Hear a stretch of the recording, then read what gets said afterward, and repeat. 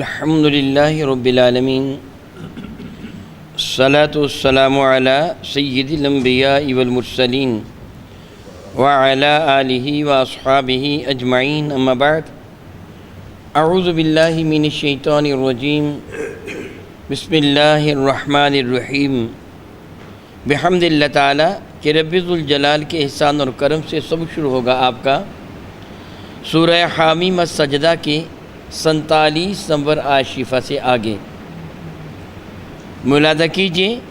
اعوذ باللہ من الشیطان الرجیم بسم اللہ الرحمن الرحیم وضل عنہم ما كانوا يدعون من قبل وظنوا ما لهم من محیص۔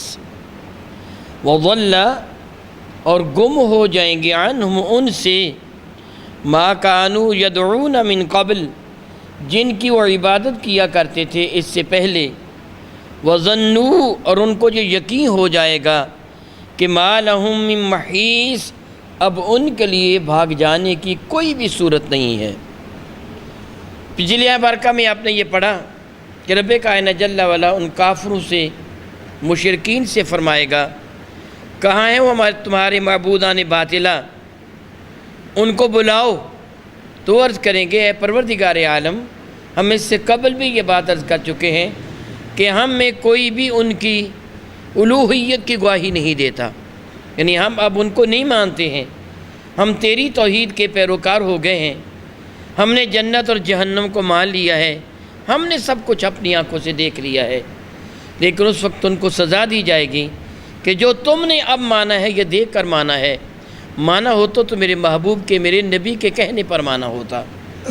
پھر رب کائنات جل وعلا جب ان کو سزا دے گا تو ارشاد فرماتا ہے وَضُلَّ عَنْهُمْ مَا كَانُوا يَدْعُونَ مِن قَبْلِ وہ گم ہو جائیں گے وہ سارے کے سارے ان سے کہ جن کی وہ عبادت قبل ازیں کیا کرتے تھے۔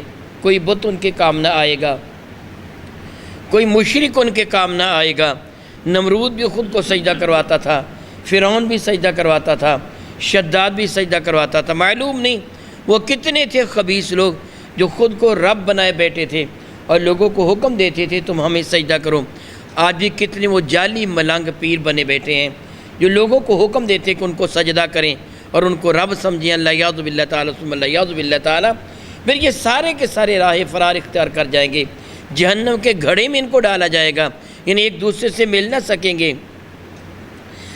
پھر ان کافروں کو پتہ چل جائے گا وَظَنُّوا اب ان کو یقین ہو جائے گا کہ مَا لَهُم مِّن مَّحِيصٍ اب ہمارے بھاگنے کی کوئی بھی صورت نہیں ہے، یعنی اب ہم جہنم سے بچ نہیں سکتے۔ جتنے چاہے ہیلے بنا لیں، جتنے چاہیں بہانے گھڑ لیں، جو چاہیں سو کر لیں، چیخیں یا چلائیں، روئیں یا پیٹیں، صبر کریں یا نہ کریں، اب ہماری کوئی بھی نہیں سنی جائے گی، اب ہمیں جہنم میں جلنا ہی ہوگا۔ رب ذوالجلال ارشاد فرماتا ہے انسان کی فطری تقاضوں کے مطابق انسان کی فطرت میں کیا ہے، لا یسأم الانسان من دعاء الخیر، لا یسأم الانسان تھکتا نہیں ہے انسان، اکتاتا نہیں ہے انسان، من دعاء الخیر بھلائی کے مانگتے ہوئے۔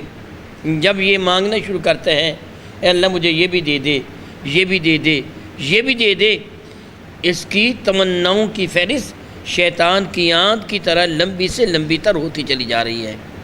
آپ اچھی طرح جانتے ہیں اگر کسی کو اللہ تعالیٰ نے سادہ اور کچا گھر عطا فرمایا ہو، بارش ہو جائے، اسے اپنے کچے صحن سے چل کر باہر نکلنا پڑے، تو کہتا چند اینٹیں مل جاتی تو میں اپنے کمرے سے لے کے باہر کے دروازے پر تک ایک ایک اینٹ رکھ کر کوئی تھوڑا سا راستہ بنا لیتا تاکہ یہ کیچڑ میرے صحن میں نہ ہوتا۔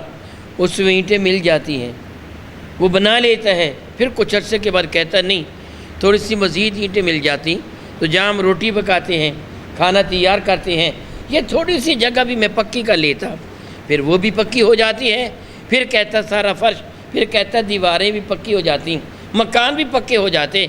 یہ بس نہیں کرتا، اس کی تمنائیں بڑھتی چلی جاتی ہیں، حتیٰ کہ میرے کریم آقا علیہ السلام کے ایک ارشاد گرامی قدر کا مفہوم بنتا ہے انسان کی یہ حالت ہے اگر اسے ایک شہر سونے کا مل جائے تو اس پر اکتفا نہیں کرتا، دوسرے کی تلاش میں نکل جاتا ہے۔ جس طرح آپ جانتے ہیں کہ ایک مل والا جب رب کائنات جل وعلا اس کو دولت سے نوازتا ہے تو ایک مل پہ اکتفا نہیں کرتا، وہ کئی ملیں بنانے کی کوشش کرتا ہے، میں یہ بھی بنا لوں، یہ بھی بنا لوں، یہ بھی بنا لوں۔ فرماتا ہے انسان اپنے لیے بھلائی مانگتا ہوا تھکتا نہیں ہے۔ وَإِن مَسَّهُ الشَّرُّ فَيَئُوسٌ قَنُوطٌ، جب کبھی اسے کوئی تکلیف پہنچتی ہے، پریشانی آتی ہے تو یہ مایوس و نامراد ہو کے بیٹھ جاتا ہے کہ اب تو کوئی بات ہی نہیں بنتی جی، کتنا کاروبار سارا فلاپ ہو گیا، یہ ہو گیا، وہ ہو گیا، فلاں ہو گیا۔ معاذ اللہ تعالیٰ پھر وہ مل مالک بھی خودکشی تک بعض اوقات کر لیتا ہے، اپنے آپ کو ہلاک کر لیتا ہے۔ وہ اللہ کے بندے، اگر تیری اپنی کرتوتوں کی وجہ سے رب کائنات نے تجھے تھوڑا سا جھنجھوڑا ہے، وہ خوب حضرت اکبر الہ آبادی نے کہا تھا نا کہ جب میں کہتا ہوں خدا مندہ میرا احوال دیکھ، حکم ہوتا ہے کہ اپنا نامہ اعمال دیکھ، یہ سب کو تیری اپنی کرتوتوں کی وجہ سے ہوتا ہے۔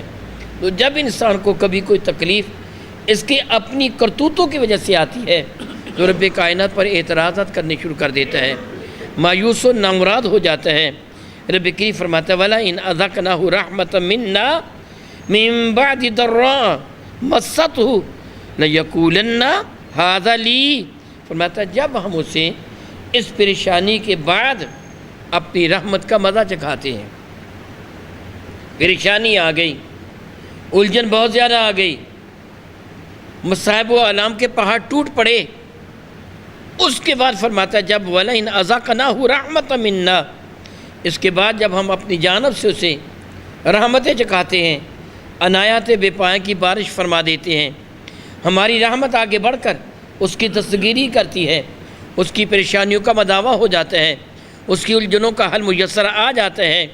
فرماتے ہیں بعد الضراء، مصیبت کے بعد، مست ہو جو اس کو پہنچی تھی، لَيَقُولَنَّ هَذَا لِي، وہ کہتے ہیں یہ تو ہے ہی میرے لیے، دیکھا میرا کمال، میں کس طرح مصیبتوں کا مقابلہ کر کے نکل آیا۔ اللہ تعالیٰ معاف فرمائے، اللہ تعالیٰ معاف کرے۔ تو کون ہوتا ہے مصیبتوں کا مقابلہ کر کے اپنے آپ کو بچا لینے والا؟ بعض اوقات آپ اخبار میں کوئی خبر پڑھتے ہیں فلاں مریض مسلسل اپنی بیماری سے لڑتا رہا یہاں تک کہ وہ کامیاب ہو گیا صحت مند ہونے میں۔ مریض کیا اپنی بیماری سے لڑے گا؟ اس کی کیا جرت ہے؟ کاش کہ یہ کہا جاتا وہ مریض سخت علیل تھا، رب کائنات رحمت نازل فرما اس کو شفا عطا فرما دے۔ کہتے جی دیکھو وہ اپنی بیماری سے لڑ رہا ہے، مقابلہ کر رہا ہے اپنی بیماری کا۔ کون ہے جو مصیبت کا مقابلہ کر سکتا ہے اور مصیبت سے بچ سکتا ہے جب تک اللہ تعالیٰ نہ بچائے؟ فرماتا ہے جب ہم اسے مصیبت سے بچا لیتے ہیں، پریشانی سے بچا لیتے ہیں، وہ کہتے ہیں یہ تو ہے ہی میرے لیے، یعنی یہ میری اپنی ہمت اور میری اپنی کوشش کا نتیجہ ہے۔ وما اظن الساعة قائمة، معاذ اللہ تعالیٰ وہ کہتے ہیں میں گمان کرتا ہوں کہ قیامت کوئی نہیں آئے گی۔ پھر عقل پر دبیز پردے پڑ جاتے ہیں، آنکھوں پر چربی آ جاتی ہے، دل پر زنگار کی تہ چڑھ جاتی ہے، شیطان کا چیلا بن جاتا ہے۔ پھر اسے معاذ اللہ تعالیٰ سبحان اللہ تعالیٰ علماء کی باتیں، مولویوں کی بہکی بہکی باتیں محسوس ہوتی ہیں۔ یہ تو ڈراتے ہی رہتے ہیں، ان مولویوں کا کام اس کے سوا کیا ہے؟ یہ سکون کی زندگی ہی بسر نہیں کرنے دیتے، کوئی قیامت شیامت نہیں آئے گی، ایسی ہی بنائی ہوئی باتیں ہیں۔ الیاذ باللہ تعالیٰ وہ کہتا ہے وما اظن الساعة قائمة، میں تو یہ خیال کرتا ہوں کہ کوئی قیامت وغیرہ نہیں آئے گی۔ وَلَن رُجِعْتُ إِلَى رَبِّي، اور اگر میں اپنے رب کے حضور چلا بھی گیا، یعنی قیامت آئی بھی، جس طرح یہ مولوی کہتا رہتا ہے قیامت آئے گی، میں چلا بھی گیا نا اپنے رب کے حضور، تو إِنَّ لِي عِنْدَهُ لَلْحُسْنَى، تو اس کے پاس میرے لیے بہترین چیزیں ہوں گی۔ اگر میں اچھا نہ ہوتا تو آج دنیا میں عیش کیوں کر رہا ہوتا؟ دنیا میں مجھے اتنی عزتیں کیوں ملتی، اتنی عظمتیں کیوں ملتی؟ اس بات کی دلیل ہے کہ میں اللہ کو محبوب ہوں، دنیا میں بھی مجھے عزتیں ملی ہیں، آخرت میں بھی عزت ملے گی۔ رب کائنات ارشاد فرماتے ہیں فَلَنُنَبِّئَنَّ الَّذِينَ كَفَرُوا بِمَا عَمِلُوا، یہ بدبخت کیا سوچ رہے ہیں، ہم ضرور بھی ضرور بتائیں گے ان کافروں کو ان کی کرتوتوں کے بارے میں قیامت کے دن۔ تمہیں یہ سزا تمہاری کرتوتوں کی وجہ سے مل رہی ہے۔ فرماتا وَلَا نُذِيقَنَّهُمْ مِنْ عَذَابٍ غَلِيظٍ، اور انہیں شدید ترین عذاب سے دوچار کیا جائے گا۔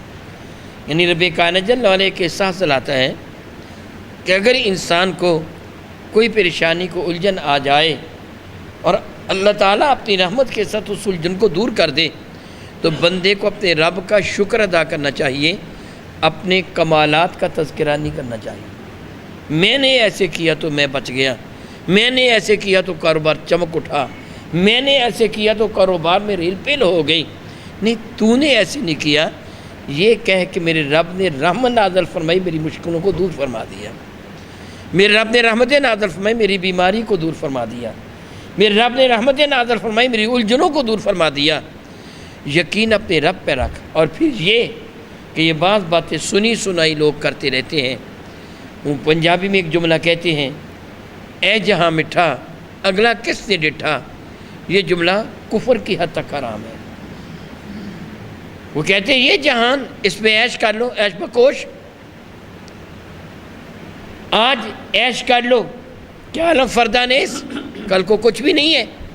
یہ آج عیش کرنا تیرے لیے وبال جان بن جائے گا اگر تجھے قیامت پر یقین نہیں ہے۔ میرے کریم فرماتے ہیں دنیا مزرعۃ الآخرہ، دنیا آخرت کے لیے کھیتی ہے، یہاں نیکی کرو گے تو قیامت کے دن اس کا بہترین اجر تمہارا مقدر بنے گا۔ بصورت دیگر کیا ہوگا؟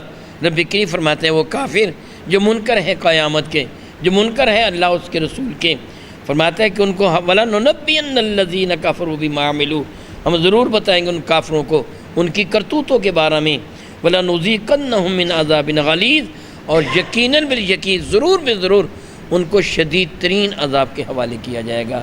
معاذ اللہ تعالیٰ ثم معاذ اللہ، او کما قال اللہ تبارک و تعالی، واللہ تعالی اعلم باسرار کتابہ۔